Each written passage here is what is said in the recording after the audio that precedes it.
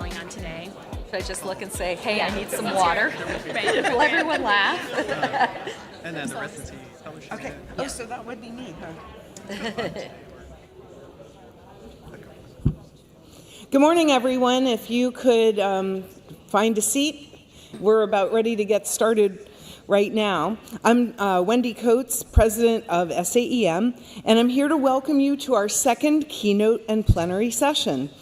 Today, we are showcasing the latest advancements in emergency medicine education through a special keynote address and the presentation of the top educational research abstracts at SAEM23.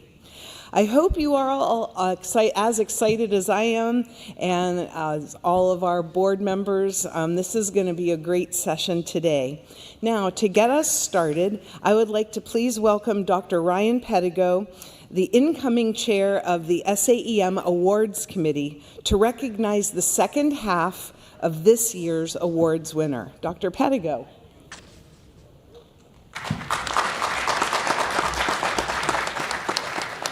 My first-year medical student. That was just a couple years ago. We've known each other for a little bit. Thank you so much, Dr. Coates. We have such an outstanding group of colleagues to recognize today, and I'm going to begin with our most prestigious National Education Award, the Hal Jane Excellence in Education Award. The Hal Jane Excellence in Education Award is presented for outstanding contributions to emergency medicine through teaching of others and the improvement of pedagogy.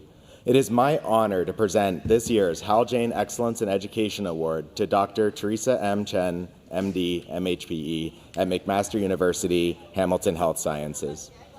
Dr. Chen's the Associate Dean of Continuing Professional Development and Faculty of Health Sciences at McMaster University, the Associate Editor of Academic Medicine and Clinical Scientist at McMaster Education Research, Innovation, and Theory, or MERIT. Her impact has been profound across several key areas, and she has served as a role model, an innovator, a trailblazer, and a major influencer on the medical education field. Her accomplishments include multiple local awards for her teaching in the clinical environment and speaking engagements around the world. Nationally and internationally, Dr. Chen has helped to create numerous educational offerings at a national scale, including education scholarship boot camps and other research capacity building programs, including the Academic Life and Emergency Medicine Faculty Incubator, SAEM Armed MedEd, and other MedEd boot camps, including the Medical Education Research Pre-Conference Boot Camp for SAEM. Dr. Chen is well known as a prolific education researcher and mentor for others doing research. She has published over 250 papers, and the impact of these publications is evident in her very impressive citation metrics, with nearly 5,000 citations to date, an H-index of 36, receiving 37 grants totaling over $1.9 million. And for any of you who do medical education research, that is insane. However, her research is not only about advancing the field. She also uses scholarship as a catalyst to help others develop skills and create capacity in future health professions education researchers. To date, she has had 142 research mentees and has created multiple research labs and programs of research. Of these, more than 80% of these authors who she works with have had her publish at least one abstract or paper. When you think about Dr. Coates' talk from yesterday with the ripple power of mentorship, this just shows the profound lasting impact that she will have. Finally, she's an avid reviewer and editor, serving as one of the founding editors for AEM Education and Training, as well as an editor for leading medical education journals, including Academic Medicine and the Journal of Graduate Medical Education. Congrats, Dr. Chen, on receiving this year's Hal Jane Excellence in Education Award.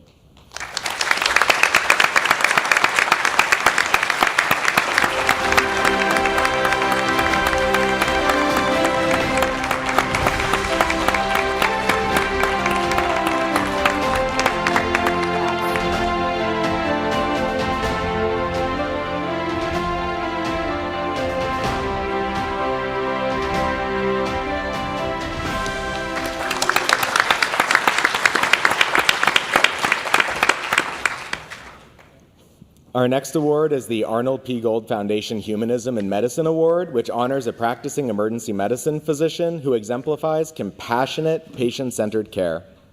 The Arnold P. Gold Foundation Humanism in Medicine Award goes to Jonathan D. Sonis, MD, MHCM, at Massachusetts General Hospital, Harvard Medical School.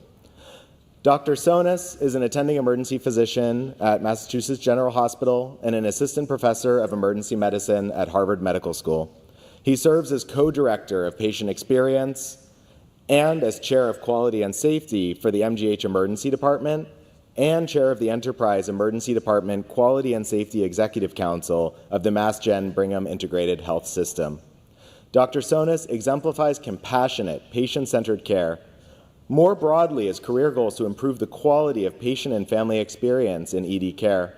He has led a number of transformative projects to support and facilitate excellent communication between patients and staff, shared his work in multiple publications and national lectures so others might benefit as well.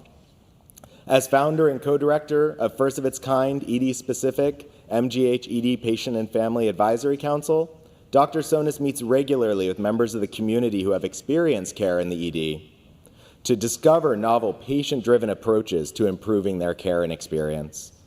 Most recently, recognizing that Cartwell's sensitivity and respect for all patients, regardless of background or reason for presentation to the ED, is at the center of improving compassion in patient care, Dr. Sonis led the creation of a departmental pledge against the use of stigmatizing language.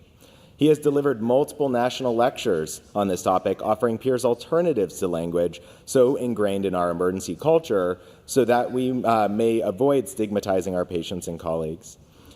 Congratulations, Dr. Sonis, on receiving this year's Arnold P. Gold Foundation Humanism in Medicine Award.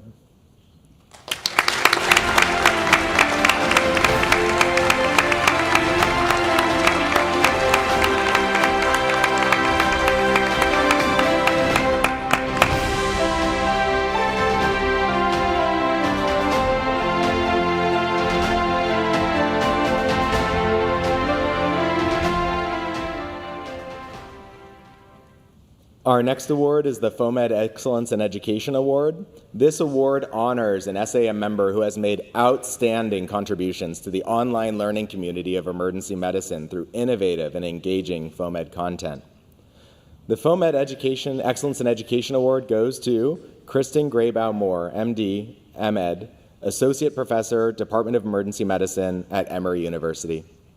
Dr. Moore is deeply involved in EM resident education, scholarship, and mentorship on the local and national levels. She is a nationally recognized leader in curriculum development as the founder and executive director of Foundations of Emergency Medicine, foundationsem.com, which offers free, open access curricula that is used by over half of U.S. EM residency programs with expanding learner groups and growing use abroad. In this role, she has motivated hundreds of faculty, fellows, and learners to collaborate in building numerous level-specific, learner-centric core content and supplemental courses. As an aside, we use this in our residency, and I love it. If you don't, you should definitely check it out. Congratulations, Dr. Moore, on receiving the FOMED Excellence in Education Award.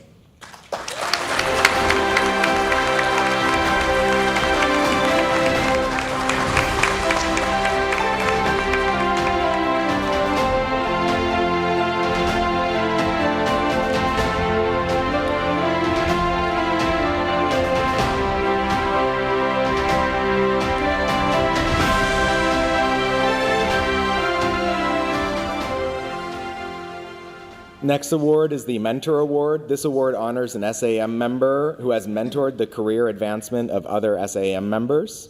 The Mentor Award this year goes to Keith Coker, MD, MPH at the University of Michigan. Dr. Coker is a practicing emergency physician, associate professor in the departments of emergency medicine and learning health sciences at the University of Michigan, research investigator at the Ann Arbor VA Center for Clinical Management Research, and a health services researcher affiliated with the Institute for Healthcare Policy and Innovation. He is the director of the Michigan Emergency Department Improvement Collaborative, a network of hospitals across the state of Michigan dedicated to improving the quality of emergency care for all. His work focuses on optimizing the value of emergency and acute care delivery, performance measurement, quality improvement, implementation of best practices, and the career development of early investigators. Dr. Coker has had impactful mentorships with nearly 30 individuals, again, going back to that ripple effect, which is going to have huge downstream effects for our specialty. Under his mentorship, these individuals have gone on to become independent researchers and community leaders at the NIH, AHRQ, and other community-based research organizations. In the words of his mentees, Dr. Coker is an individual who inspires trainees to create a learning community, collaborate creatively, and lead with measured foresight. Even with all he has contributed to emergency medicine, his investment in trainees makes it clear his influence will extend far beyond himself in creating future researchers and change agents in our health systems. Congratulations, Dr. Coker, on receiving this year's Mentor Award.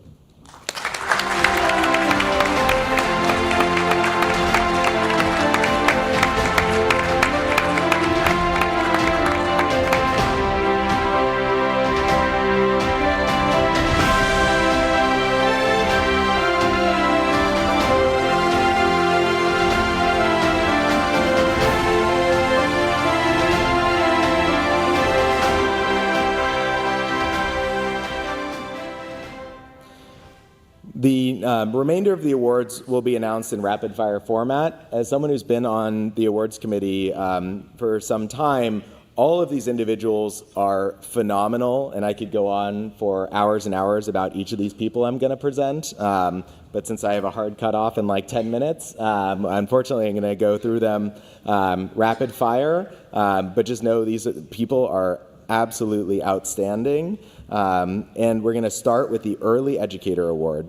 The Early Educator Awards go to Kamna Bohara, MD, MA, Johns Hopkins University School of Medicine; Adara Landry, MD, MEd, Brigham and Women's Hospital, Harvard Medical School; and Eric Chappelle, MD, MHPE, Massachusetts General Hospital, Harvard Medical School. Receiving the award on Dr. Chappelle's behalf is Dr. Ali Raja. Give a round of applause for these winners. Thank you.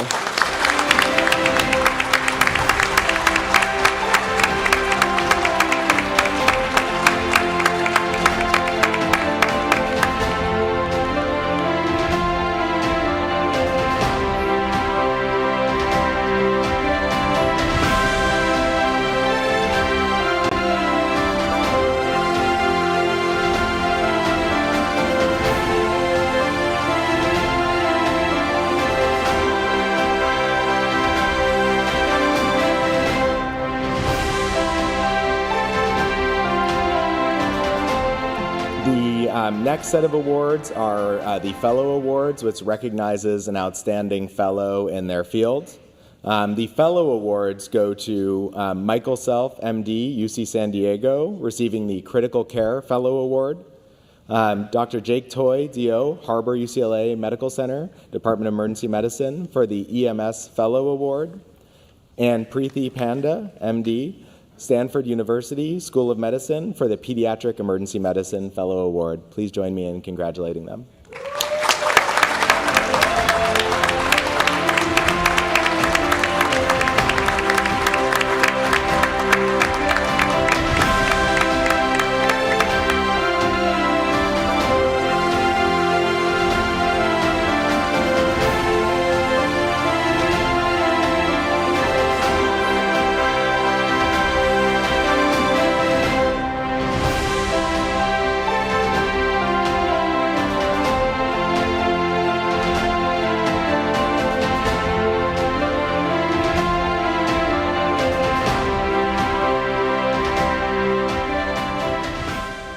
Next is the RAMS Leadership in Emergency Medicine Award.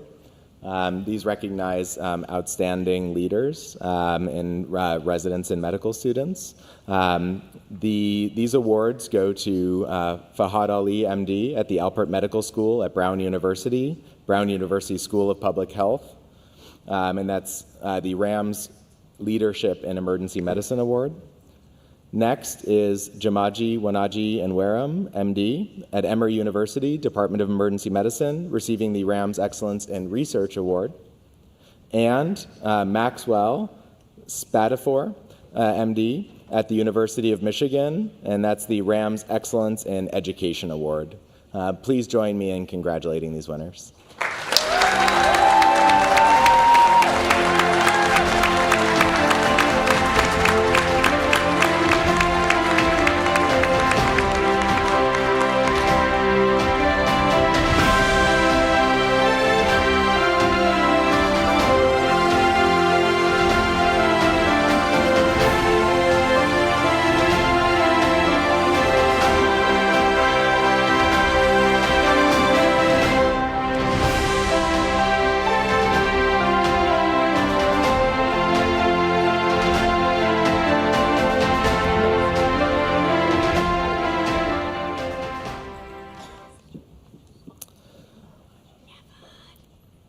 The next set of awards are the Rams DEI Resident Education and Innovation Awards, and those go to Victor Flores Cortez, MD, at Boston Medical Center, and Giovanni Rodriguez, MD, at the Harvard Affiliated Emergency Medicine Program at the Mass General Brigham. Please join me in congratulating these winners.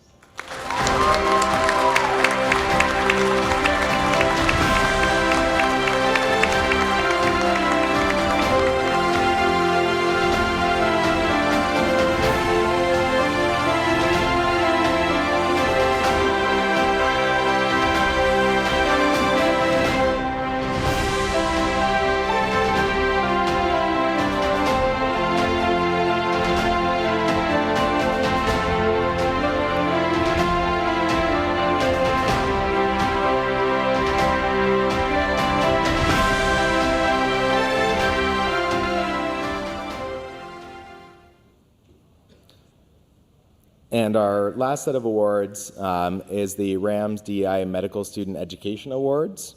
And those go to Layla Farshidpour at UC Davis, Daniel Ruiz Betancourt at the Stanford University School of Medicine, and Joseph Rojo at St. Louis University School of Medicine. Receiving the award on his behalf is Dr. Tina Chen.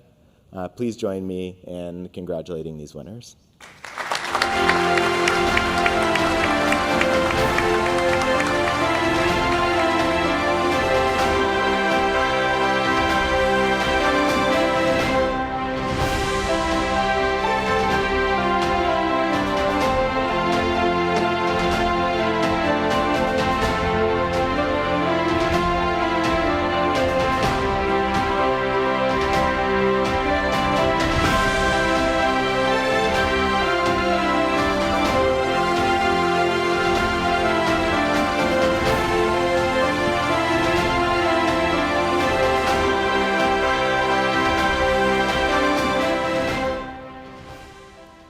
Congratulations again to all our awardees. Let's give them another joint round of applause, and I will turn it back over to Dr. Ryan LaFollette, Program Committee Chair. Thank you. What an outstanding cohort. Good morning, everybody. Welcome back to our second SAEM23 Keynote address. It's my great pleasure to introduce our keynote speaker, Dr. Susan Promis. Dr. Promis is a tenured professor at Penn State University Milton S. Hershey Medical Center and has served as chair of the Department of Emergency Medicine since 2014. Her passion is medical education. She has authored many articles and spoken internationally on medical education topics and currently serves as the editor-in-chief of Academic Emergency Medicine Education and Training. Welcome, Dr. Promis.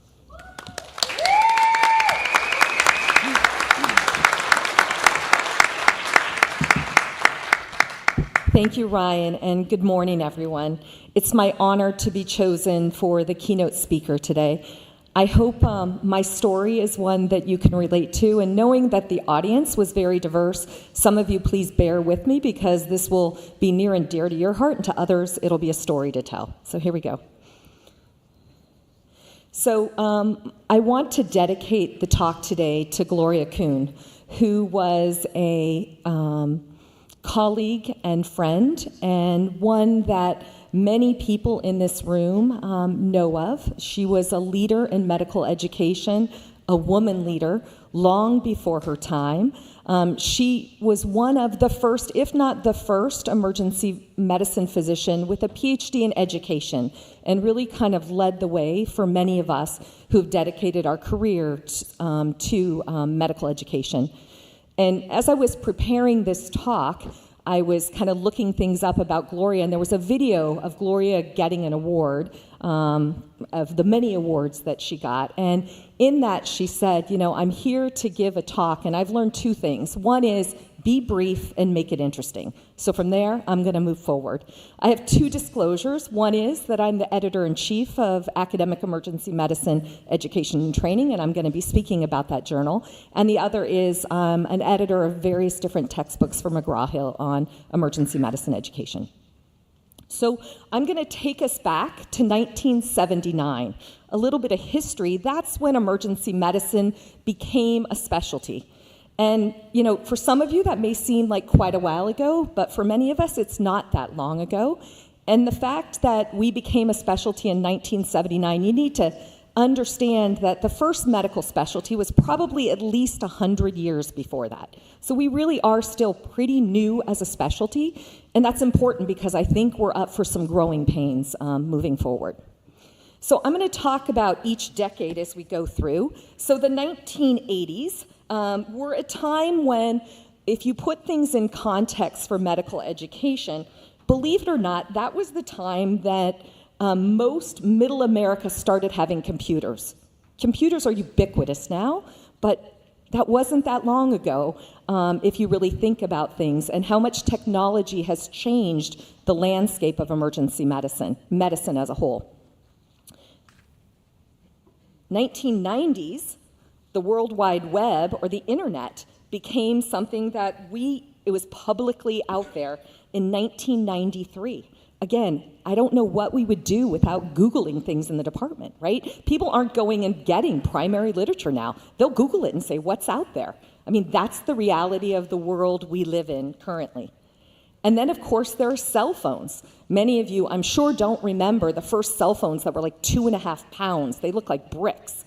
And cell phones really became commonplace in the 1990s as well. But we all walk around now with our, Apple iPhone or equivalent. And it really helps us as we gather medical information, and how we use that information is something we as educators really need to think about as we're training the future of our specialty.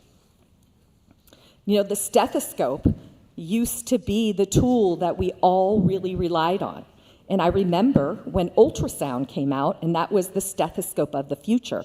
And as we know, that really is true, right? I worked this past weekend, I had a resident say to me, why do I even use the stethoscope when all the other things, whether it's a CT scan or the laboratory studies, are going to give me answers?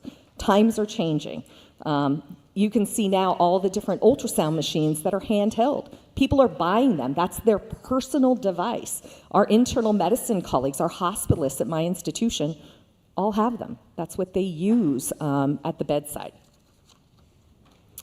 Also in the 90s, Miller's taxonomy became present. And for those of you that do medical education, you're very well aware of Miller's pyramid. And this is really important when you think of assessment. When this came out, not long after, ACGME came up with the Outcomes Project.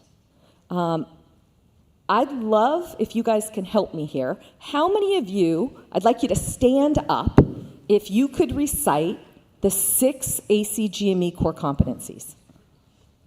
How many can do all 6?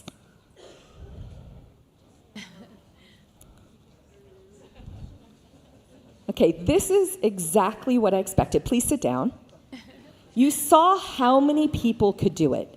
In 1998, so over 25 years ago, is when they were introduced into medical education in the United States. Now, one would think that by now everybody would know them, but that's clearly not the case. And this, I think, stands up for why we need to do more more research around medical education.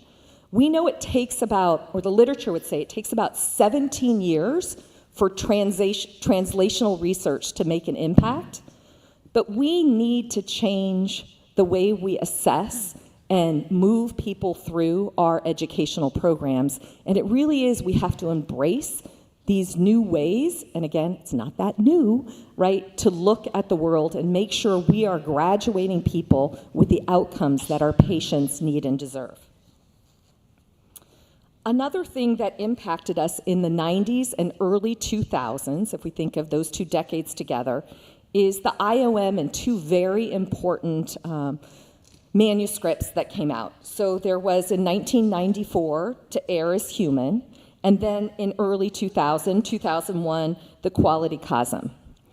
You know, we have really seen patient safety and quality becoming forefront in the world of medicine, which means in the world of medical education. They've changed how we've looked at things, and I think that will continue to move forward. In the year or the decade of 2000s, there was more time spent working on the ACGME competencies. These are the 6 competencies, by the way, if you guys want a reminder of what they are. But not only did we work on the ACGME competencies, but we worked on other ways to do outcomes. How do we know that our learners are actually learning things? So we tried to do things in kind of low-stakes environment. During this decade is when simulation really became the beginning of it becoming commonplace in training programs. We always had simulation for taking ACLS. They were low-fidelity simulators. But high-fidelity simulation really took place more in emergency medicine in the early to mid-2000s. In 2006, myself and a group of colleagues did a survey of all the residency programs at the time to see how many programs were using simulation in their training programs.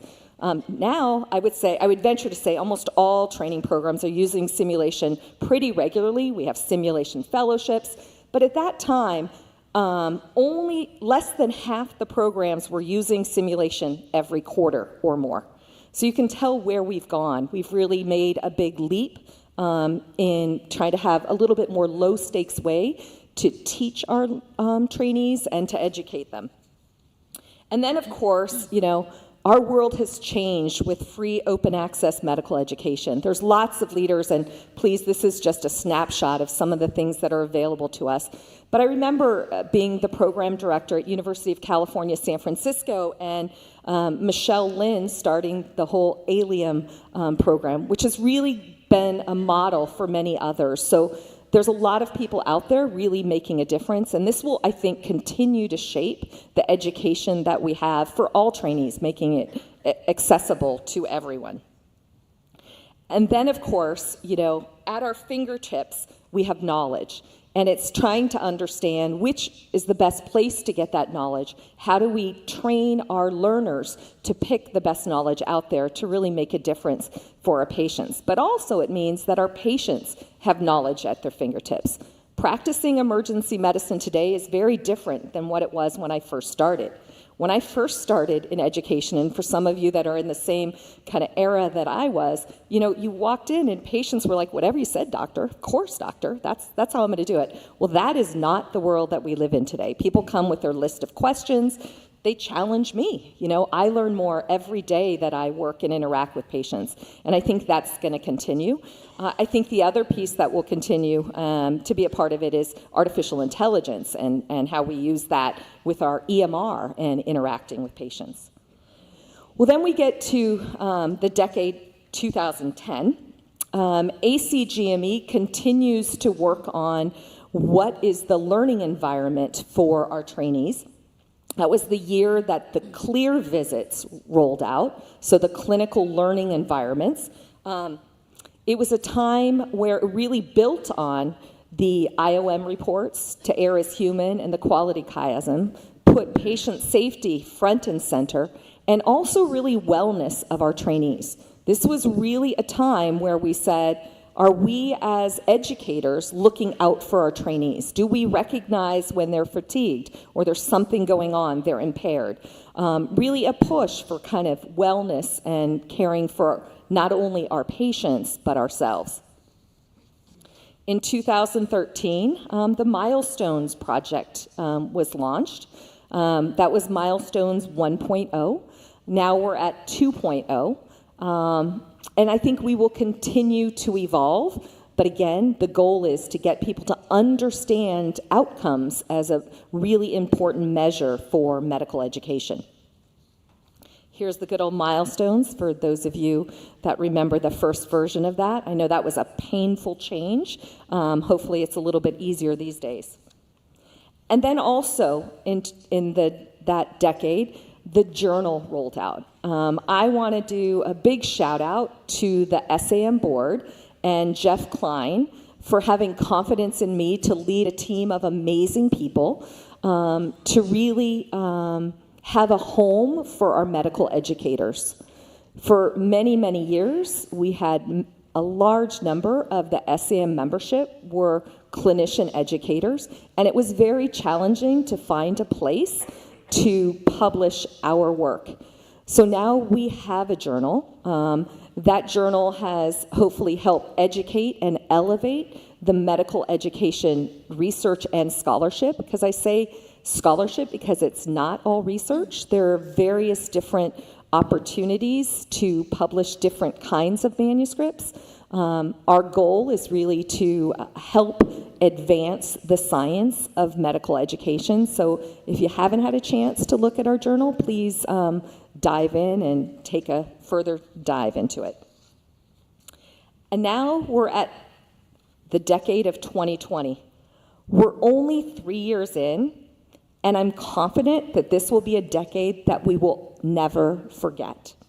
Many things happened in the last 3 years, so I'd be amiss if I didn't talk about things going on with the journal. The journal is growing, blossoming. We are now continuous publications, so as manuscripts get accepted and work through the editorial process, they go out for publication. You can find it in PubMed. They're PubMed indexed. We went from 4 issues annually to 6 issues annually, as well as having a special issue where there's proceedings from this meeting. And we anticipate within the next few months that we'll have an impact factor. So a journal that has grown very rapidly thanks to the editorial board. By the way, members of the editorial board that are here, please stand up. Come on. I know there's more than 1, 2. Yeah. So thank you to all of them for making the journal possible, and thank you to all of you for submitting manuscripts. Well, I'd be amiss if we didn't talk about COVID and, where to even begin when you look at medical education and think about the impact that COVID has had. Not only has COVID had an impact on people's lives, but it's had an impact on how we practice medicine that I don't think we're going to forget for many, many years. We learned about Zoom or whatever platform you're using, but most people use Zoom. So Zoom is what we transitioned to when people couldn't get together in person. It's really challenging, I don't know about you guys, but getting residents to come back into the classroom when you could do it from home, and kind of rolling out of bed. And the question is, should we continue? Is that the way we do it? Most programs now have done hybrid, but Zoom definitely has changed how we deliver education. We saw an increase in publications because of Zoom. People had more time to spend writing and sharing their experiences. That's definitely been a good thing for our journal. But I think one of the things that we probably learned so much about was the importance of taking care of ourselves. We saw friends, family, and patients die of COVID, much more earlier on than kind of later. But I think it really had people pause for a while and kind of reset their priorities. We've doubled down on wellness. Frankly, we really need research in this area. What is it that makes some people more resilient than others? What processes can we put into effect to really help us be better doctors? I'm spending a little bit time on this area because I think it really influenced kind of what's happened to our specialty. Many people took COVID as an opportunity to stand up and really show what we as emergency physicians do every day. But it also took its toll on many people. And frankly, I think many of our comments, things that we say, are heard by our learners. And I think that had an impact on our match. And I'm going to talk about our match in a little bit. But we need to take care of ourselves so that we can be the future leaders of people coming into our specialty, because we need them. But we've got to find a way to kind of deal with this and find our own inner peace to be able to help others. Telemedicine, whoops, sorry, going the wrong way here, guys. Telemedicine also bloomed, right? It was an innovation that was out there, but we probably weren't taking as much advantage of it as we could. But during COVID, people were very ingenious of how they used it. And frankly, I see this as an opportunity for us as educators. I think we need to train the future of emergency medicine. How are we going to use telehealth in education? That really is going to be a future need for us. And we've got a lot of smart people in this room to help work it out, right? We have people now doing, teletriage, but I'm guessing there are more opportunities for us that we really need to think of and explore as we move forward. Then we're also in an era where we have a group of people who grew up with gamification, right? With virtual reality becoming more and more popular. We need to figure out a way to incorporate that into our education. I think another area that is ripe for research. And then, of course, there's the match. So, I've heard a lot of people discussing the match over the last couple months, I guess. And I hate to say it, but we should have seen this coming. It was pretty obvious where things were going, given the explosion of residency programs that we have. For those of you that don't know, we in emergency medicine have had 40 years of a great run. Emergency medicine has been the specialty that people wanted to go into. But this year, 46% of all emergency medicine programs did not fill in the first round in the match. Ultimately, the number of unfilled positions was up 3,800+%. This reminds me of about, 30, 40 years ago when our anesthesia colleagues had a similar challenge. They had to reinvent themselves.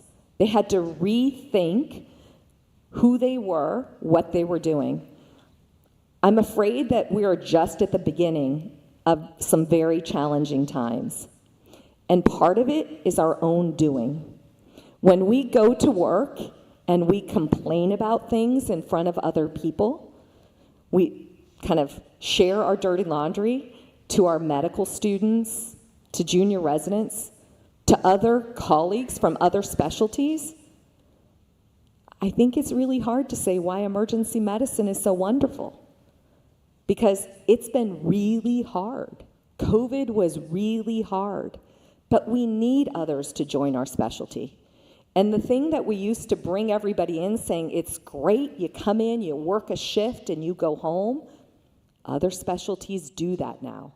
So who are we? What do we represent?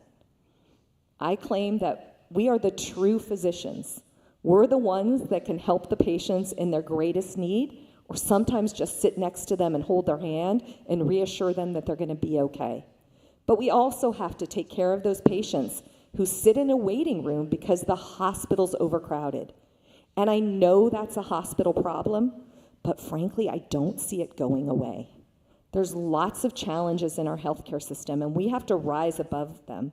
We have to come with solutions, not complaints. Really, this is a charge to all of us in this room because, again, I believe we're going to have a few rough years ahead. Who are we? How do we describe ourselves to others to encourage them to come be a part of one of the best specialties there are?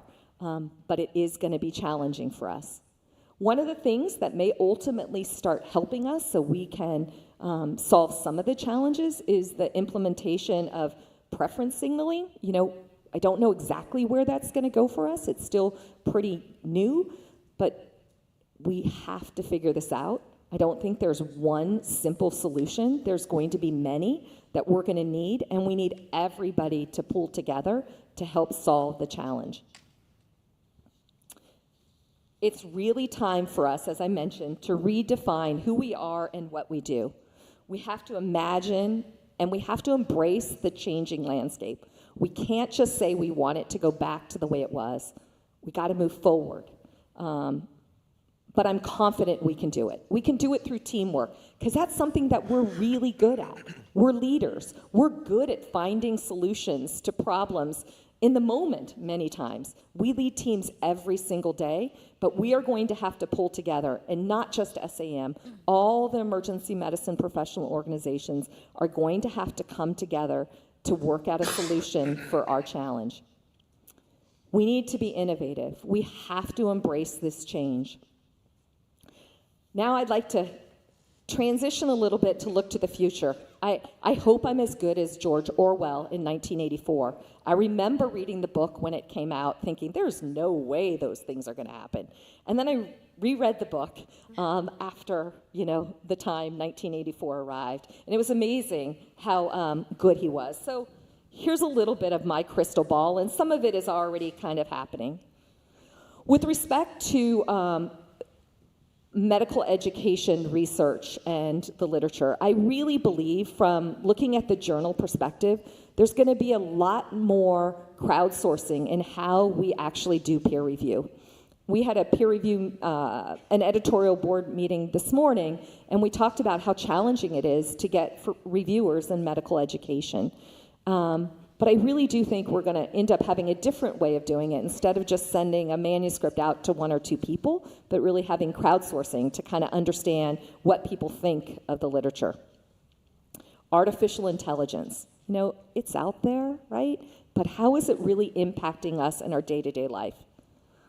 Big Brother's watching. I don't know if that's the right way, but no doubt artificial intelligence, ChatGPT, is here to stay. We can't say, oh, forget about it, we're not going to recognize it. ChatGPT, I think, is going to make a difference.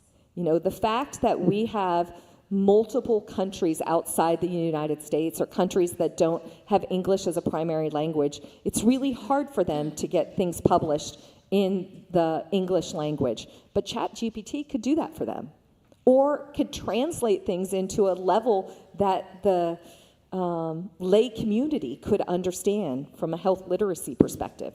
I think it's really going to address some of the issues in disparity in medicine by being able to get information out there. I'm really excited to see what it's going to look like, to have ChatGPT help with how people write papers. I think it will be a major innovation that will change how we do our publishing moving forward. I think all journals are going to become open access.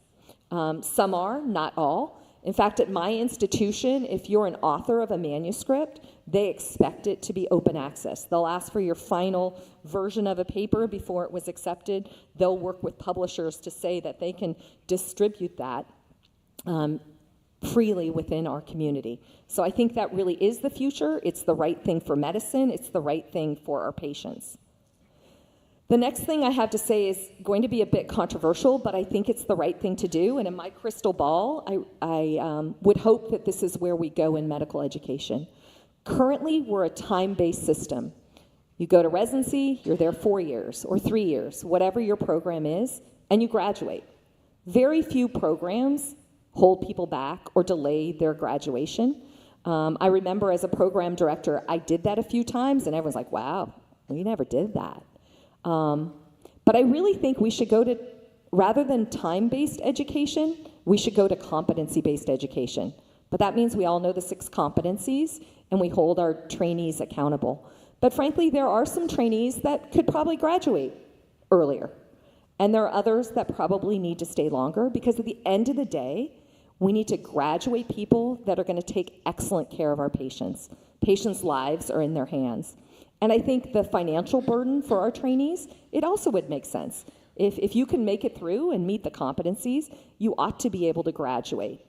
And then I think the other piece of medical education should be moving to a model of really having coaches to help you through your training. They're not your advisor that you sit and meet with and say, are you meeting certain competencies, but rather, where do you find your challenges are? And let's figure out a plan to get from A to B. Coaching is becoming much more popular in medicine, and I think coaching for success would be a wonderful way to make a change in medical education.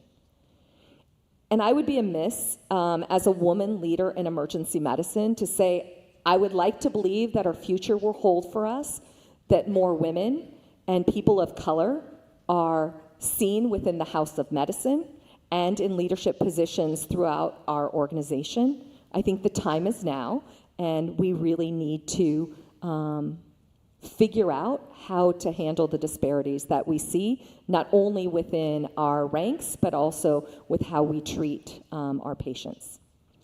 With that, I'm going to go ahead and take my bow and walk off and say thank you to all of you for giving me this opportunity to share the past and my perspectives on the future.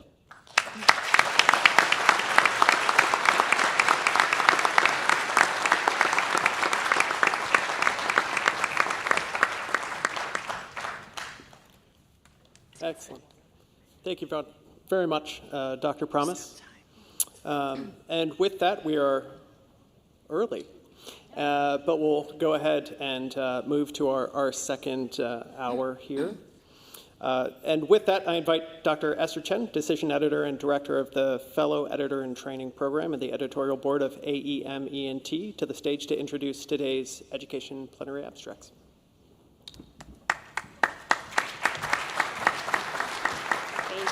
Thank you, Dr. LaFollette. It is my pleasure and my honor to moderate our top educational abstracts of the year. Now, each abstract underwent a pretty rigorous peer review process, and the top 8 abstracts were selected as this year's plenaries. Now, 4 were presented at yesterday's plenary session, and the top educational abstracts will be presented today. Now, I'd like to invite our first presenter to the stage at this time. Just as a note, if you'd like to ask a question, please come up to one of the mics on either side of the room. And before you ask your question, please state your name and your institution. We would love to, at the end of the presentation, there will be time to ask some questions. So our first presentation is entitled Emergency Medicine Bound 4th Year Medical Student Performance on a Standardized Substance Use Disorder Patient Case, to be presented by Tomohiro Ko at Rutgers University.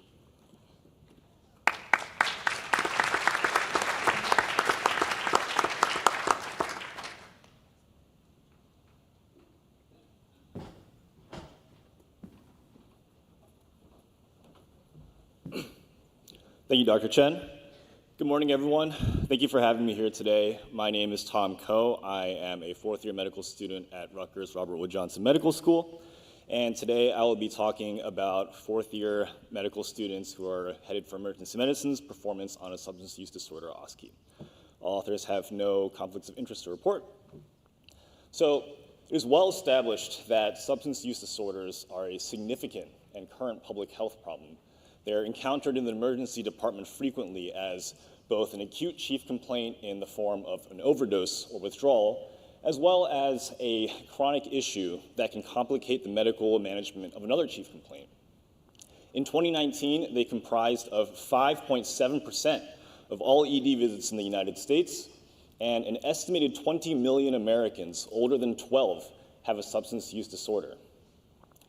This figure by Holland and colleagues shows that in the initial stages of the pandemic, we saw a sharp rise in ED visits for overdoses along with psychiatric emergency visits. You can see here, just to orient you, we have the time on the x-axis, the dotted vertical line showing approximately March of 2020, and the solid blue line on the top is showing the mental health visits, and the solid black line showing the opiate overdoses. And so Venkatesh and colleagues had found that although overall ED visits had declined early in the pandemic and never bounced back to the previous rates, even by mid-2021, the ED visits for substance use disorders demonstrated much smaller declines early in the pandemic, corroborating this increased proportion of substance use-associated ED visits. These substance use disorder-associated ED visits also returned to baseline by the latter half of 2020, which is far sooner than the overall ED visits and has exceeded baseline rates. And so, in this sharp rise, we can see that also racial disparities have been identified. We can see the mortality rate per 1 million from overdoses increases for all groups. And however, we can see the most precipitous rise among Black patients, American Indian, and Alaska Native populations. So given the high prevalence of substance use disorders, proportion of ED visits associated with substance use disorders, as well as the impact on vulnerable populations, the importance of the emergency department as a vital source of treatment for patients with substance use disorders, it is imperative that EM-bound fourth-year medical students are equipped to detect, evaluate, and initiate substance use disorder treatment in the ED.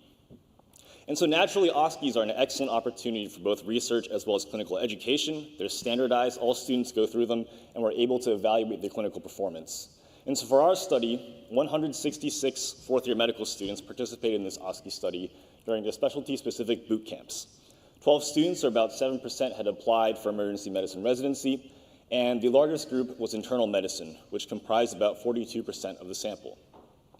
So the standardized patients had a prior medical history of chronic pain and presented with various chief complaints secondary to an ongoing substance use disorder likely to be encountered in their specific clinical settings.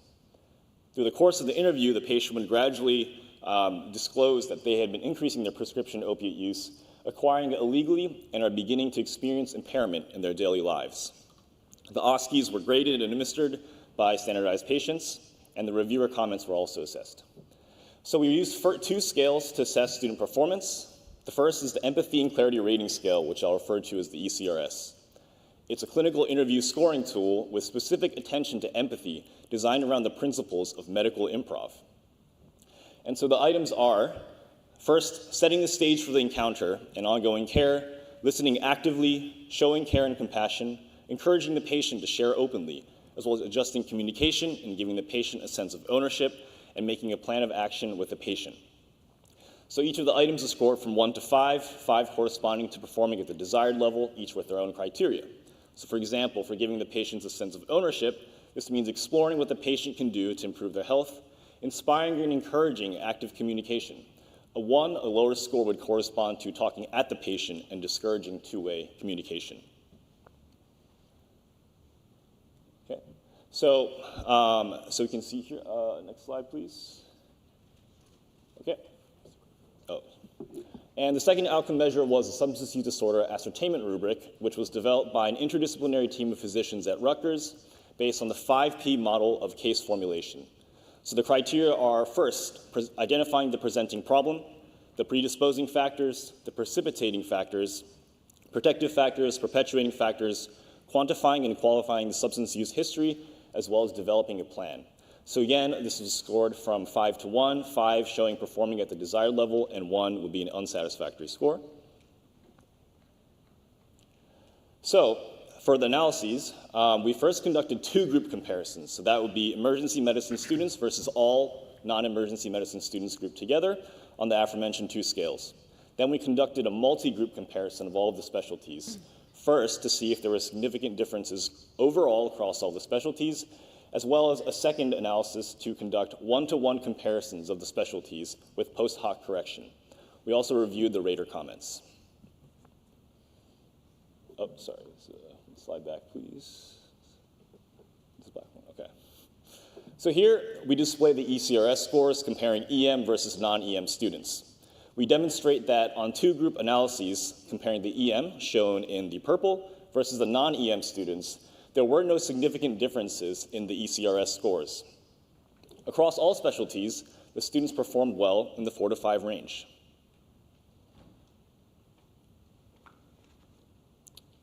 Sorry, going backwards here. So next we break it down further into scores by each individual specialty. So a significant difference across all specialties exists overall for the ECRS items.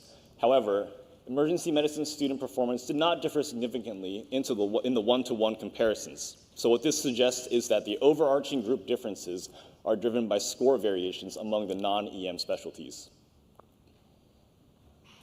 So however, in contrast, the substance use disorder ascertainment scores were significantly lower for EM students on all items, except for protective factors. We again break it down further into scores by each individual specialty. A significant difference across all specialties exists overall for the substance use disorder ascertainment items. And even after the post-hoc correction, EM student performance was significantly worse in one-to-one comparisons for most of the items with each of the other specialties. So in conclusion, the EM-bound students had comparable scores to other students on the ECRS. However, the EM-bound students did score lower on the substance use disorder ascertainment scale.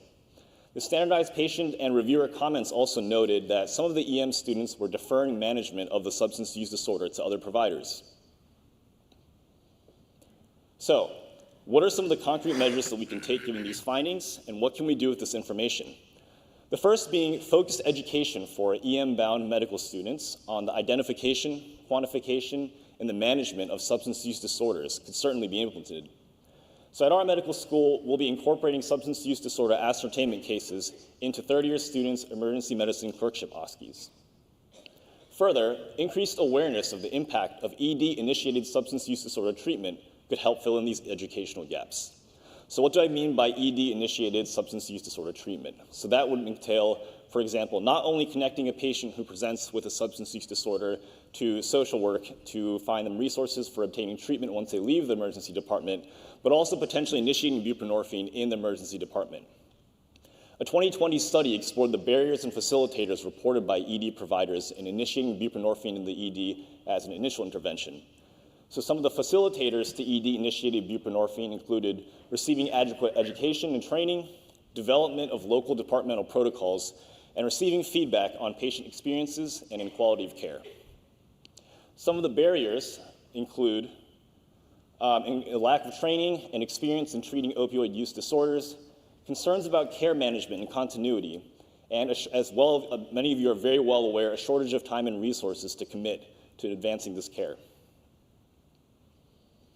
So there's a growing body of literature with successful implementation of ED-initiated substance use treatment in a variety of settings.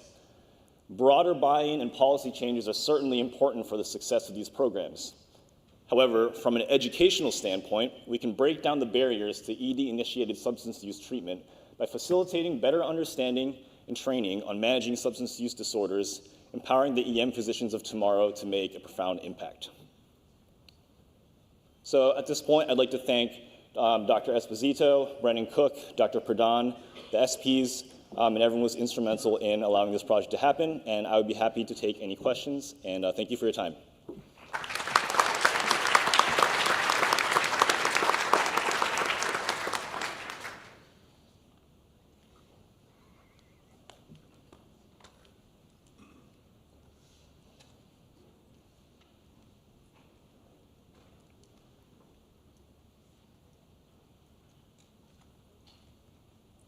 Mr. Coe, I have a question for you. A few days ago, I actually put your abstract into ChatGPT to generate some questions.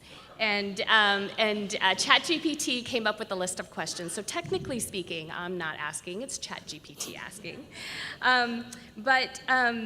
Essentially, I know you talked about this a little bit in the future directions, but what are the implications of your findings for medical education, and more specifically, just the way we teach substance use disorders in our clerkships? Because presumably, all of your students had the same training, throughout medical school. They all went to the same institution, but something was different about the EM students versus the EM-bound students versus the non-EM-bound students.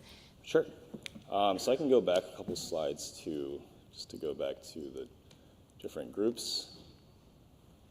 So I guess to answer that question, I can highlight some of the other groups that performed quite well on this OSCE. So you can see here sort of in the light lime green, the psychiatry. So I guess that to me is, I think we can say is a bit of an unsurprising finding in that, generally we think of long-term substance use disorder treatment as under the purview of psychiatry, and so a lot of folks may have been interested or had some prior experience with these kinds of patients. So in terms of individual or sort of group differences in education, so you can see here in the yellow that the surgery group also performed quite well on the OSCE. So we discussed with some of the clerkship directors about why the students may have performed much better on this OSCE, and we learned that through sort of the fourth-year sub-Is as well as their own boot camp, that many of the students had undergone and received some specific training from the clerkship and the sub-Is about ascertaining substance use disorders, given that many of their patients are going to be requiring post-operative pain management, and so that the students would be required to be very comfortable with having these conversations. So there were some individual differences sort of in the education, especially in the fourth year, but one of the changes that we're making is that in the third-year clerkship, which I'm currently a fourth year, but the incoming third-year medical students are now having emergency medicine as a required clerkship of their third year. So students will be getting this type of didactics much earlier on than my class did, and so students will be more equipped in the future to take on these issues. Thank you. Thank you. Great. Thank you. Thank you very much. Thank you, Mr. Coe. Our next presentation is titled Facilitating Adaptive Expertise in Learning Computed Tomography, a Multi-Center Randomized Controlled Trial by Leonardo Aliaga at Stanford University.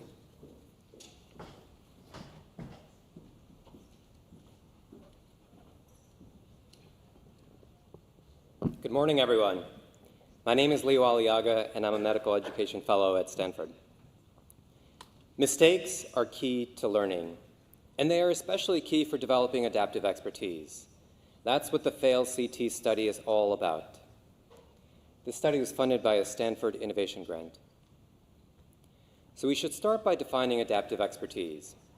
Basically, it's the ability to transfer your skills and knowledge to new problems. It's like taking what you know and applying it to an uncommon or unfamiliar situation.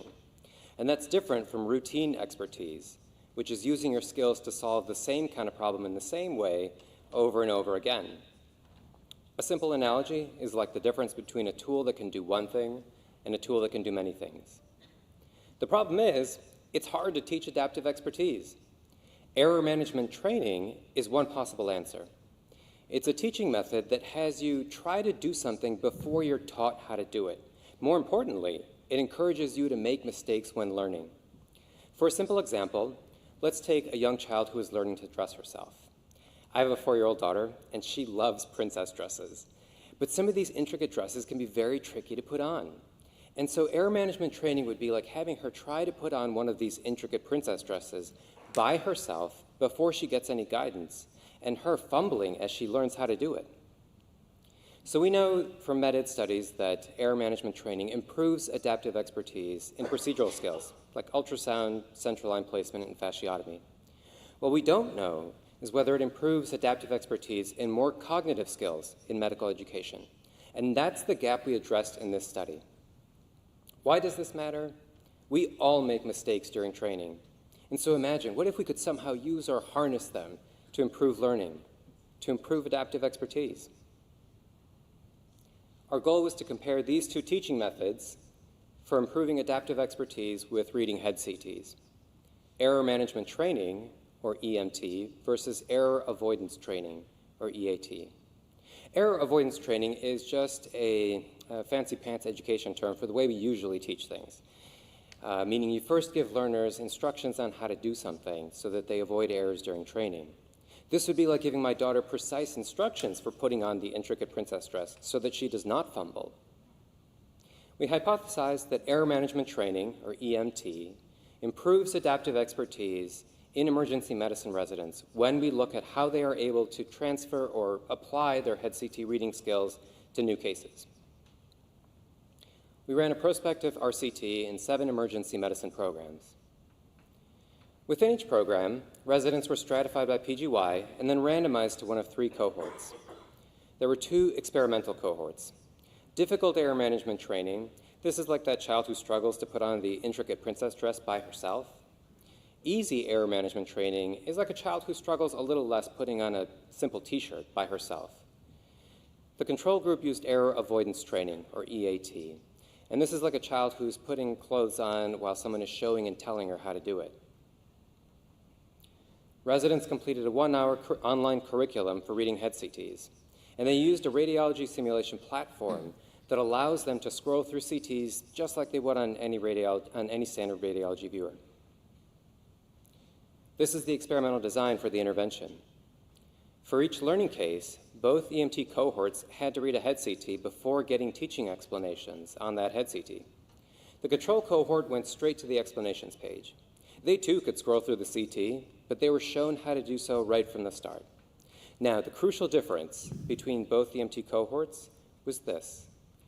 Before going to the explanations page, the difficult EMT cohort had to answer difficult questions about the head CT case, leading to errors, whereas the easy EMT cohort had to answer easy questions that would lead to much fewer errors.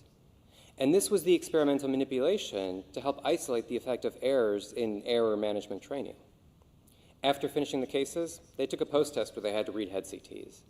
That post-test had both novel cases to look at adaptive expertise and familiar cases to assess routine expertise. We collected validity evidence for the post-test and pilot tested it.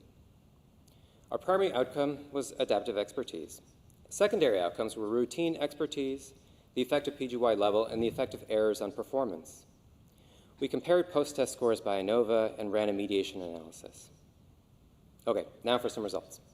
146 residents completed the intervention and post-test, and here are the 7 EM programs they came from. Here's the breakdown of residents within each cohort by PGY level. And you can see there are very few PGY4 residents overall. Here are their post-test scores and the main takeaway results. Let's start with the primary outcome. We found that the difficult error management training group did much better than the other 2 groups on the adaptive expertise cases. You can see their mean post-test scores on the left side of the screen, and we found a large effect size between those test scores. That's the eta squared of 0.17. The ANOVA was statistically significant, and as you can see on the graph, individual comparisons between the cohorts were also significant. That black column, that's like the child who struggled while learning to put on the intricate princess dress, who now is much better at putting on an unfamiliar piece of clothing. On the other hand, we found no difference in the familiar cases looking at routine expertise. Errors are key to learning, and they were especially key for those adaptive expertise cases. I want to share a couple more secondary outcomes with you. We found an unexpected result when we looked at the effect of PGY level on the post-test scores. So here are the scores I showed you before, and when you break it down by PGY level, it looks like this. The PGY1s are in red, the PGY2s in turquoise, and the PGY3s and 4s together in black. The higher PGY levels generally did better in all conditions except here, in the difficult EMT cohort on the adaptive expertise cases, where the PGY1s did the best, followed by the PGY2s and then the senior residents. Here, that EMT learning strategy, the difficult EMT learning strategy, worked much better for the more junior residents. And we can quantify that effect with a factorial ANOVA, which showed that these learning strategies work differently depending on the PGY level. Why is that? I mean, does it really have to do with the PGY level, or is there something else driving that effect? Part of the answer came when we looked at who made more errors. Within that difficult EMT cohort, the PGY1s made the most errors. So the PGY1s who did better on those adaptive expertise cases also made more mistakes when they were learning. And we thought that maybe those mistakes were explaining some of the effect of their higher test scores. To help figure that out, we ran a mediation analysis. So we saw that there was a relationship between the PGY level and the post-test scores on the novel cases. But we wondered if there was some mediator variable that was explaining or driving that effect. And that's what a mediation analysis can help you figure out. In our analysis, that mediator variable was the number of errors residents made on the learning cases. And we found that the PGY level significantly predicted the number of errors, which in turn significantly predicted the scores on the novel cases. Taken together, We found that the number of errors residents made on the learning cases did in fact have significant mediation effect. So, why did the difficult EMT cohort do better on those adaptive expertise cases? Yes, they had active learning, which always helps, but so did the easy EMT cohort. The difficult EMT cohort, however, made more errors during the training phase. Those mistakes help you see your knowledge gaps, and seeing your knowledge gaps helps focus your learning. Those errors showed the residents what was missing from their toolbox of reading head CTs. And once they had a better grasp on those tools, they could apply them or transfer them to the adaptive expertise cases. Why did the interns do better than the senior residents in the difficult EMT cohort? Maybe it was easier for the interns to lean into their mistakes and learn from them. But another interpretation is that maybe the teaching cases and questions were not difficult enough for the senior residents to trigger the right kind of reflection and growth. As the saying goes, no pain, no gain. There's an issue in the room that we can't ignore. Errors feel bad. I know, and nobody likes making mistakes. This gets even more complicated when you consider someone who might be affected by stereotype threat, where they may feel the stakes of making errors is just too high. So the big question for us is, how do we get our learners to embrace the value of making mistakes in order to grow? Because the fact remains that errors are key to learning. That young child who struggled while learning to put on the intricate princess dress gained something valuable from that struggle. And just think, we would have robbed her of that struggle if we had shown her how to do it from the start. We can take that concept and package it into a simple phrase to help guide day-to-day education practice. Try before you're told. Try before you're told. Or for educators, let your learners try before you teach them. Now, I know that doesn't work everywhere. I'm well aware of that. But there are many spaces where that can work. In conclusion, we found that error management training improves adaptive expertise when used to teach head CT interpretation to EM residents. This study adds a new perspective to the failure literature and provides an innovative method for developing adaptive expertise, both in emergency medicine and other specialties. I want to give a huge thank you to my study collaborators. Thank you to Dr. Gisandi for his help and guidance with this research project. Thank you to all of you for your attention, and I would love to hear your questions.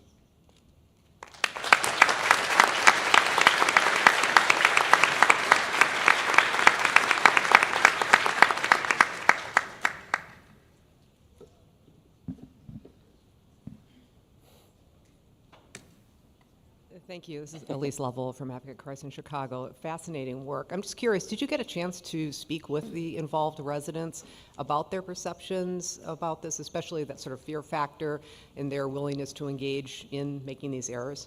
Thank you for the question and the line of people lining up. That's the next study, actually. I wish. I mean, because I really want to know what's going on inside their head. That's actually kind of the gold mine, to sort of see what's the underlying process or mechanism of what's going on here. But no, I did not. It just would have made things a little too unwieldy, but that is the next study. Thank you, Marian Gaucher-Hill, Harbor UCLA Medical Center in Torrance. First of all, excellent presentation, very provocative and thought-provoking. And my question is there a threshold at errors on which there's just too many and it does not lead to, adaptive learning? Yeah, thank you for that question. I totally agree, there is. And we all intuitively know that. We sort of, if you think of the Yerkes-Dodson curve of activation, sort of similar to that, there's a middle ground where if you're not activated enough, it doesn't help with the learning. If you're too activated, then also if you're too stressed, it doesn't help. So not having enough challenge doesn't help, but having too much challenge also doesn't. The way you can think about it is like weightlifting. If you try to lift a 1,000-pound weight, you can't. That's going nowhere. If you try to lift a 1-pound weight, that's also probably not going to build much muscle. But if you find the right, 20-pound, 30-pound, I don't lift weights, so I'm starting low, 20-pound weight, then that's what's going to work. And you're right, it works. It's different. So someone might need 50 pounds, someone might need 100 pounds. But yes, that is key, and that is part of the stealth or the nuance of all of this. Hi, Dan Mayer from Albany, New York.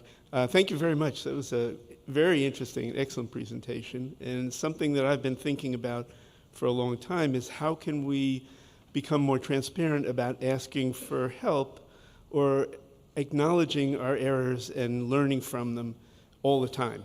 And you've obviously done it in a very little tiny way to start, which is really wonderful. And when you ask about what's happening inside their heads, it made me think about cooking shows. I've been watching a lot of cooking shows lately for reasons I need not go into. But what I've noticed is that they have these contests, and the chef will make a meal, and then the judges will judge it, and they'll say, oh, this is great, and then someone will say, well, but you could have done this a little different, and the response is, thank you, chef. It's like they're acknowledging that they've learned something from this person. Mm-hmm. How can we then translate that to our learners? Oh, you're speaking to my soul. I mean, that is the goal. I mean, when we talk a lot about issues in CBME, one issue that comes up is the difference, the whole assessment for learning versus assessment of learning. The simpler way I think about it is in like a sports analogy. You have a coach, and a coach who loves you. The coach is not the judge. The coach is very harsh on you and grills you so that you can be the best self you can for performance on game day for the judges. And so in some sense, like saying thank you for the feedback, I mean, that'd be great. It's just the problem is in medicine, oftentimes we are both the coach and the judge at the same time. So it's hard to separate those two so that the learner can really accept you as the coach who loves and wants to build them up to the best they can be. To your first part, I mean, I guess about asking for help, I mean, that's also critical. One, if we could just normalize, and we will, and that's part of my career dream goals is to help normalize failure so that you can do that. Part of that also comes from modeling from the top down in terms of us sharing our mistakes and showing with times when we can ask for help, even if it's like a purposeful, maybe almost staged way, but just so that it does happen. Hi there, Peter Banyas, Duke University. You make a lot of really great evidence for why students need to try and fail and that sort of thing, but then you draw the conclusion that they need to try before you teach. Mm-hmm. I'm curious if you've given any thought to reversing that order and if you might find the same effects, where you teach and then you have them try and fail with novel cases that go beyond what they were originally taught. Yeah, and that is actually something I considered for this study, to have that sequence of a next step. It just unfortunately became too unwieldy. But I still suspect that, so that would be like the EAT, the control group, and they sort of did that. They were shown how to do this, kind of like hand-holding in a way, but they were shown how to go through a head CT in a very EM-focused way. And then they took this post-test. So the next step would be like, how do they do afterwards? Like, do they do any better or not? No, but they would have to get feedback on that post-test, right? And so they probably would. But I would imagine that the people who were in the difficult air management training group would already have a leg up on them because they sort of got that experience of seeing their knowledge gaps, and they're sort of that much more primed for the next step. So it probably would help. They just would be a step behind. We'll take one last question. Hello, Maria Stevens, Mayo Clinic and UNC Chapel Hill. How might this work play a role in hidden curriculums? I'm sorry, how would this work with what? How might this work play a role in hidden curriculums? Thank you for the tough and not controversial, but important question that has many different facets to it. You're absolutely right. There are many hidden curriculums around this in terms of how we talk about failure, how we talk about mistakes, how we talk about asking for help. There is no easy answer just yet, but I think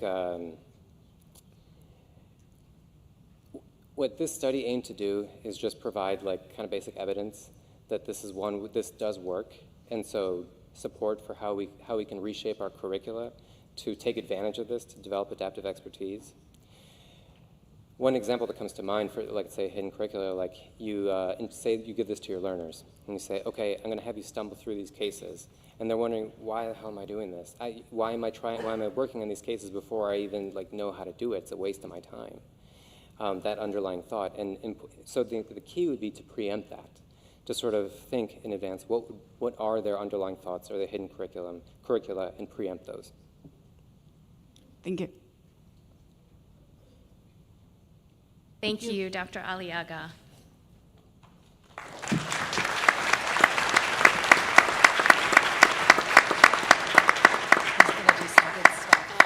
Our next presentation is entitled Geographic Distribution of Emergency Residency Training in Medically Underserved Areas and Current Practice, to be presented by Dr. Mary Haas at University of Michigan.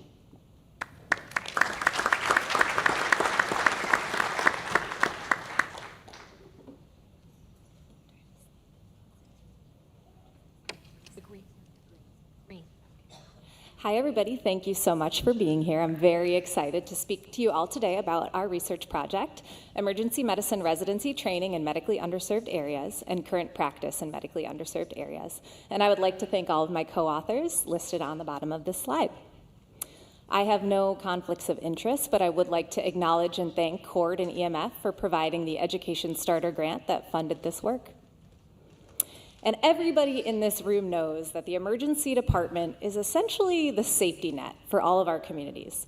As emergency physicians, we all have the unique goal of caring for our patients in times of emergent care needs, and even sometimes non-emergent care needs that can't be addressed in other venues. And when we think about areas where increasing access to care is critically important, the government has a variety of different designations that they use, and one of them is called medically underserved areas. And while the formula that's used to calculate whether or not an area qualifies as an MUA includes things like infant mortality and age and is really intended to designate primary care shortage rather than emergency medicine shortage specifically, the data does show us that patients in medically underserved areas tend to be sicker, tend to have higher rates of ED utilization, and higher rates of hospitalization. And there's perhaps no hotter topic right now on the heels of this historic match day than the emergency medicine workforce. And while many people have looked at the increasing number of EM residencies as a major contributor to concerns about workforce saturation, others have called attention to persistent pockets of supply and demand mismatch across various areas of the country. And it's critical that we are investigating our use of our limited GME resources to make sure that we are meeting the needs of our populations. So what does the literature tell us? What do we know so far about those who elect to practice in medically underserved areas? Well, it tells us a few things. They tend to have been born and raised in underserved areas, to have had early training experiences in underserved areas, to have a strong personal sense of calling, and to have attended a medical school that has a high social mission. The literature also tells us that physicians do tend to practice in relatively close proximity to where they train. And based on these things, there have been many efforts across specialties to increase the number of training positions in medically underserved areas and to specifically recruit those who have predictors or express desires to stay in practice in medically underserved areas. And so we don't know, however, if emergency physicians who did train in medically underserved areas actually do have an increased likelihood of practicing there. And whether or not that's the case has major implications for optimally distributing our programs geographically. So based on this background, we elected to answer two separate research questions. One, very simply, we just wanted to know what is the geographic distribution of EM residency programs with regard to medically underserved areas, and we also wanted to know, does completing residency training in a medically underserved area actually increase your odds of currently practicing in one? And for our methodology, we performed a cross-sectional analysis of EM residency programs and practicing emergency physicians, and we geocoded and mapped the intersection of the residency training location, the current practice location, and medically underserved areas using a geographic information system software called ArcGIS Pro. And after submission of our initial abstract, we actually did refine our methodology to exclude emergency physicians who were retired, inactive, unclassified, or locum tenens. So the numbers did change slightly, but the overall conclusions remain the same. With regard to our data sources, we used three main sources. To determine the locations of the medically underserved area, we used a HRSA 2022 spatial data file. With regard to EM residency location, we used a database from the 2020 AAMC GME track and used the program zip code. And for the location of current practice of emergency physicians, we used the 2021 AMA master file, which includes a database of all physicians, and we looked at those who designated emergency medicine as their primary specialty and utilized the zip code for their current office location. So what did we find? Well, to answer the first question about the geographic distribution of programs with regard to MUAs, we found that roughly half of EM residency programs are located in one. And this map is an example of what this software can generate. You can see here a map of the US with Hawaii, Puerto Rico, and Alaska on the bottom, and all of the areas that are shaded in yellow are designated as medically underserved. The green triangles represent residency programs that are located within medically underserved areas, and the red triangles represent those that are located outside of them. With regard to the likelihood question, we found that a little over half of currently practicing emergency physicians trained in a medically underserved area, but only about 38% currently work in one. And training in a medically underserved area was associated with a higher odds of currently practicing in a medically underserved area. Namely, the odds ratio was 1.4, with a confidence interval of 1.34 to 1.46. So saying that in another way, if you trained in a medically underserved area, you were 1.4 times more likely to currently practice in one. Looking at this another slightly different way, you can see on this bar graph on the x-axis we have training. On the left, whether you were outside of a medically underserved area for residency, or on the right if you were in one. And then the blue bar represents your current practice. So those, the percentages of the blue bars are those who are currently practicing in a medically underserved area. Among emergency physicians who did not train in a medically underserved area, 33% currently practice in one. And among those who did train in a medically underserved area, 41% currently practice in one. So, what does this all mean? Well, we felt that our findings had important implications for three major buckets: the EM workforce bucket, the education bucket, and the research bucket. With regard to the workforce, we felt these are important findings that can inform policymakers and national EM organizations about the effect of exposure during residency training to the decisions about practice location with regard to underserved areas. And it does provide some support for expanding residency training experiences in these areas. However, I don't want you to come away from this talk thinking that simply increasing the number of residency programs is going to fix this problem. The odds ratio is only 1.4, so just simply adding numbers of residency training programs or positions isn't necessarily going to fix that. However, thinking of alternative strategies like increasing the number of satellite locations within medically underserved areas under the umbrella of existing programs might allow us to get trainees more exposed to these areas without increasing the total number of graduates. However, it must be noted that the GME regulatory environment in the United States is very complex. So any decisions that affect the changes in the geographic distribution of programs or the number of programs are going to be very complicated and are going to require stakeholder input from multiple sources.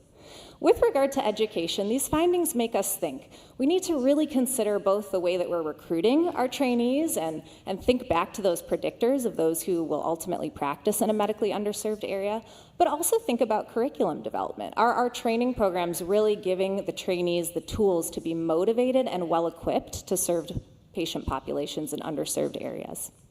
With regard to further research, there's much to be done. With regard to qualitative research, having actual focus groups and doing qualitative analysis of how our trainees are making these complicated decisions around where they're going to elect to practice is going to be really important to help us understand what factors are modifiable. And there's much quantitative work to be done as well. One thing we found with this methodology is it's very easy to simply generate a population map of the US when using that mapping software. So really zooming in on certain areas of the country will allow us to identify nuance and subtle patterns that might otherwise be missed. And then further quantitative analysis looking at different shortage designations, including urban versus rural, will be important, as well as finding other factors that are associated with practice location beyond just residency location. But I do think that this study provides us a powerful example of what this mapping methodology and geographic information system software can do. It can allow us to take a big data set like the AMA master file and actually map and track education outcomes like practice location, and then put forth both recruitment and curricular interventions and see how that distribution changes over time. So our study did have several limitations, as you may have all been thinking during the methods section. Simply having the zip code for the residency program and the office location probably doesn't account for all of the places an individual may have trained or practiced. There's also inherent limitations of shortage designations, as I mentioned as well previously. The medically underserved area designation is really focused on primary care shortages, although it does extrapolate based on the data. And there's other designations like urban versus rural that will be important to investigate, and sometimes sometimes it's not always that clear-cut which populations are served by which hospitals. It's also difficult, as I mentioned before, to identify nuance looking at these large-scale trends, so zooming in will be important, and correlation does not signify causation, so that's why that qualitative analysis and investigation will be really important for understanding how these decisions are being made about where to practice. But one large strength of the study was the huge data set that comes from the AMA master file. In conclusion, roughly half of EM residency programs are located within medically underserved areas. Emergency physicians who trained in medically underserved areas do indeed have a higher likelihood of currently practicing in one relative to those who did not, and further research is certainly indicated to better understand motivators for practice location and to assess the impact of educational interventions on the distribution of emergency physicians. And with that, I thank you all for listening to my talk. If you are interested in further reading, you can scan this QR code, which will take you to some references. Thank you very much.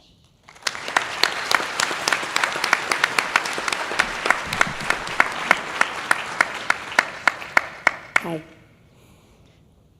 Hi, thank you so much. This is a fascinating and truly timely topic. I had a couple questions, but I don't want to monopolize, so I will start with one and see if anyone else wants to jump in. First of all, the AMA Master List Emergency Physician designation. Is it emergency residency or practicing emergency physician? That's an excellent question, probably an important limitation as well. So this is what the physicians would have self-designated as emergency medicine. So they may have, for instance, done a residency in family medicine or another specialty and then be identifying as emergency physicians based on how they're practicing. So it's not just board certification. Hi, did you look at the role of loan reimbursement incentive programs? That's an excellent question. In terms of looking at how that impacted practice location? Yes, and I guess whether, just your thoughts on whether they work. Yeah, whether they work. That's an excellent question. I did not investigate that specifically as part of this study, but I think that would be a great area to look at for future study. I do know that it's thought that they work. I don't actually know all the data off the top of my head as if they do or not, but that would be interesting and relevant to see. Thank you. Thank you, Dr. Haas. This question is my own, not ChatGPT. Can you tell us what you think might happen if you had the zip codes of the individual's origins from where they came from, where they grew up? What would your results look like? Yeah, that's actually another one of the specific aims of the study. So we have been looking at that specifically, and we definitely saw that a large percentage of people are staying close to where they trained, and that there is a fairly significant percentage of people who stay in the same state for all their phases, including where they were born, medical school, residency training, and current practice. The percentage was somewhere around 15 to 20%, which, you know, it's considerable, but of all of those predictors of different phases of life, what we've found so far between where you were born, where you did medical school, where you did residency had the highest percentage of correlating. And outside of just looking at state, we saw certain divisions had a much higher percentage of people staying within them, namely the Pacific region. So if you did training on the west side of the country, you had the highest likelihood of staying on that side. But that's all kind of data that's in the process of being analyzed, so that should be coming out. Thank you. Hi, my name is Laura Barrera. I'm from Virginia Commonwealth University. I don't have a specific question, but I did want to thank you for doing this study. I'm originally from Wyoming. It's probably like that big yellow blob in the area there.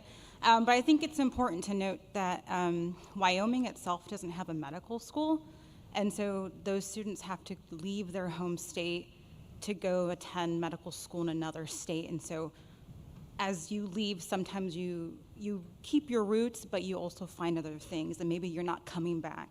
So it's good to have this information so that we can keep in mind what we need and what we need to go for the future. Especially coming from someone from a state like Wyoming. So thank you very much. I appreciate it. Thank you so much for sharing that. Yeah, we were thinking about that a lot as we did the study, seeing how many states actually don't have any EM residency training program at all. Definitely an important consideration. I'll ask a second one, Ben. Thanks. It's been hypothesized that younger graduates prefer more urban and more highly resource settings, so not medically underserved. Any chance you might repeat this in a time trend analysis to see? Well, thank you for that excellent suggestion. Yes, that is an excellent area for future study, and that trend doesn't surprise me. What we've been seeing, at least looking at what percentage of people are staying in the same place that they went to medical school, trained, were born, is that it also is interesting that the younger physicians, you tend to be closer in proximity to where they were for residency training. Hi, I'm Antonia Quinn from SUNY Downstate in Brooklyn, and it's sort of, I guess, piggybacking on that question. I noticed on the map that high-density areas like Brooklyn is actually considered medically underserved based on the criteria that they use. Did you do any analysis taking out some of the higher population centers and see if that made a difference? Yeah, we haven't done that yet, but that's part of the next phase, is really zooming in. And you bring up an excellent point, which is really an important learning experience for me doing this study of how hard it is to miss subtleties like that when you're just looking at the whole map. So we do intend to kind of zoom in on certain regions of the country, both the kind of New York area, but also the southern region. We saw some inklings of some potentially interesting trends, so that'll be coming down the line. All right, thank you so much, everyone.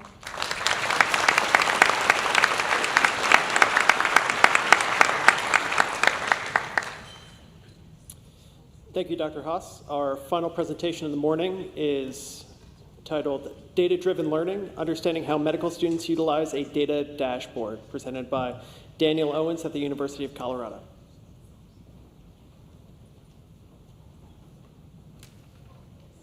Good morning. Thank you for having me. I'm looking forward to talking to you all about how students use data dashboards. Medical students use data dashboards.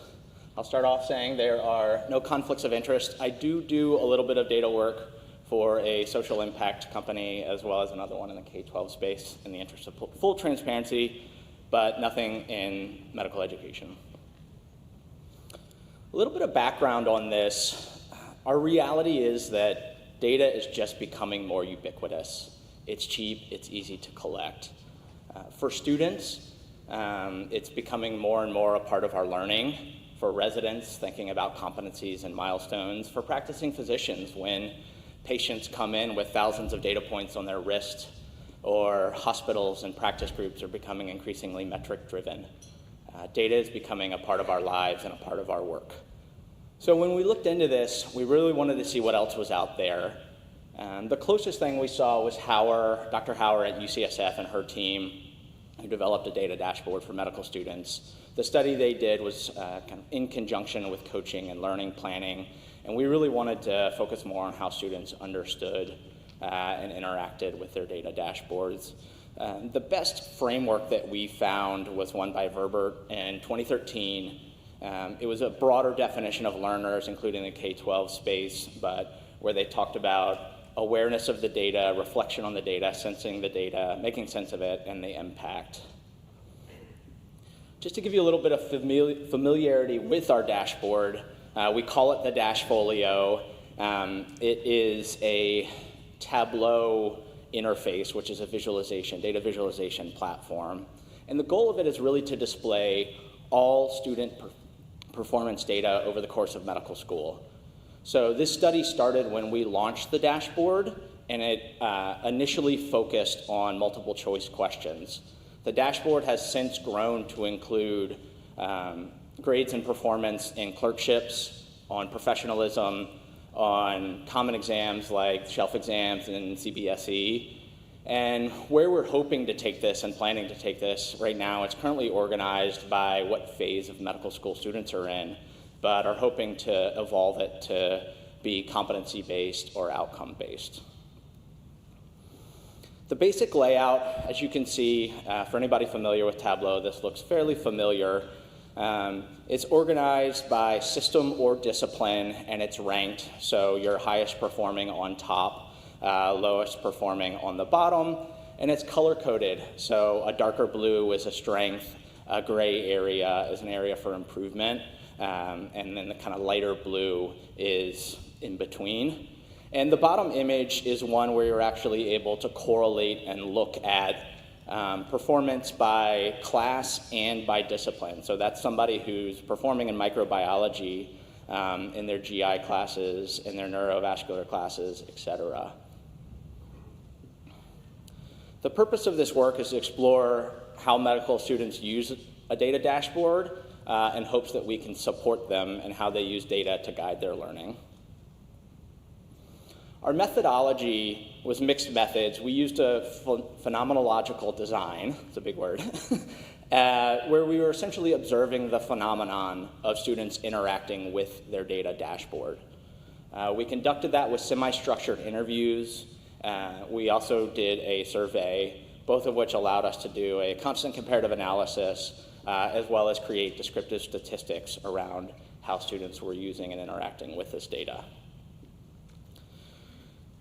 Based on that information, we developed a series of codes, which we'll go into in just a second, and those codes evolved into themes, or 3 different buckets.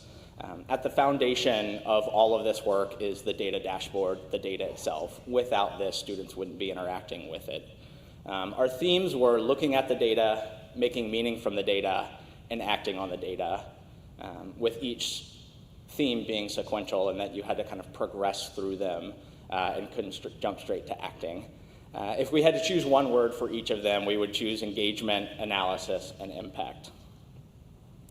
Looking into this a little bit deeper, for looking at the data, the big block color-coded, those are the codes that came out of our semi-structured interviews for how students approached the dashboard, really kind of in that first step. We found that they got a lot of value out of seeing their data over time and seeing their data in multiple views. They also really enjoyed benchmarking progress. So at one point we were able to add in, how are you doing compared to your peers? Because 75% on embryology may not mean as much in isolation versus whether your peers were doing scoring 70% or 80%. Making meaning from the data, the codes are on the top, as well as a few different quotes that really highlighted what we felt students took away from this. One of the big things was that they prioritized weaknesses. The graph ranking all of them, their eyes really kind of trended towards the down part and saying, where can I be improving when they were looking at their data. They often also compared their data against their gut feeling, saying, oh, I knew that I was good in that, or I thought I was struggling in that, and I saw that my data actually showed that I was doing okay.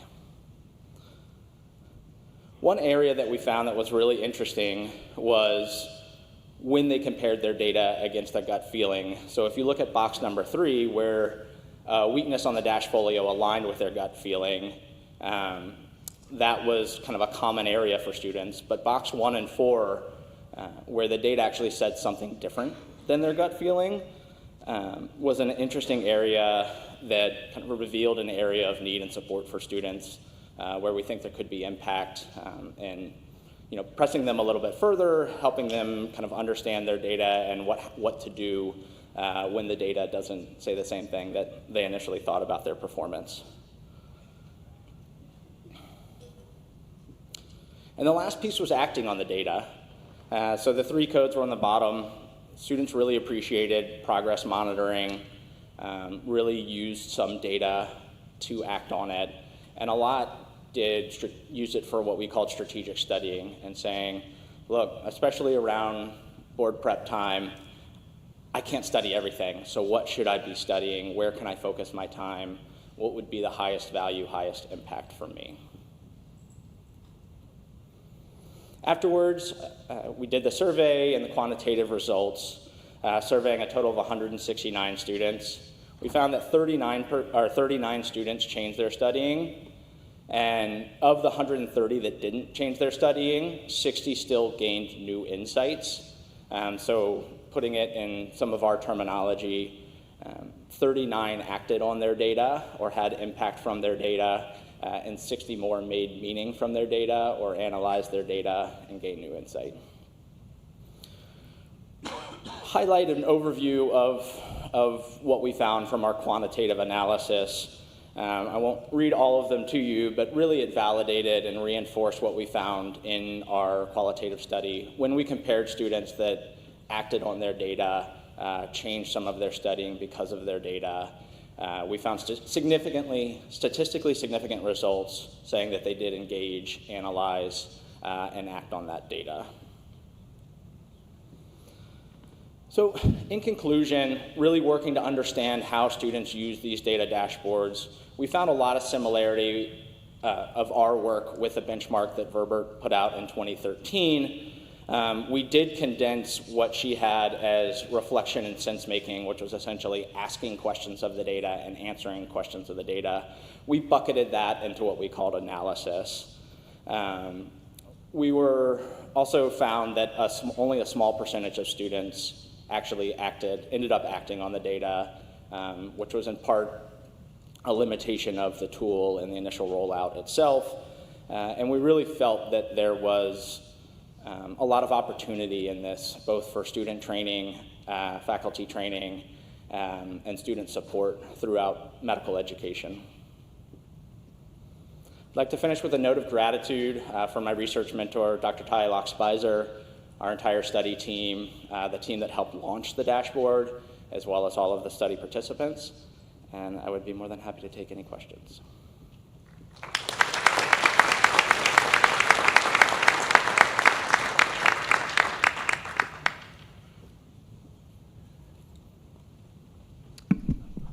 Paul Coe from Indiana University. Thank you for that very interesting study. I think it has a lot of potential for coaching and other aspects.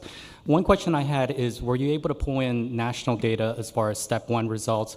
And with the changes in step 1 going pass-fail and the reporting structure, have you guys been able to try to incorporate that into the dashboard? Great question. So we haven't incorporated step 1 yet, and this was an interesting time for Colorado School of Medicine.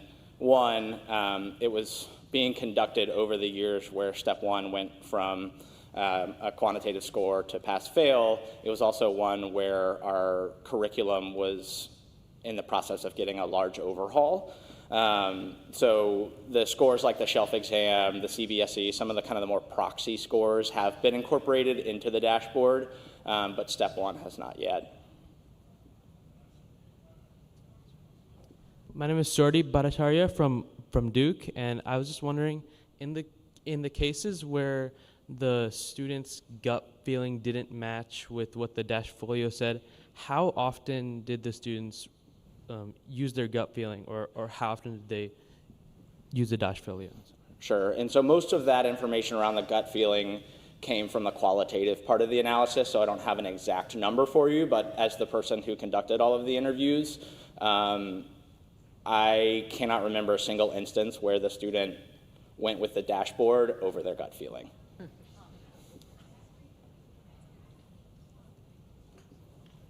Thank you.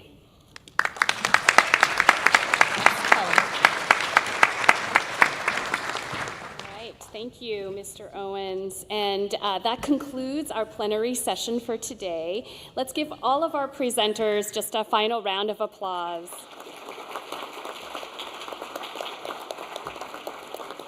Now, thank you all again for coming, and enjoy the rest of conference.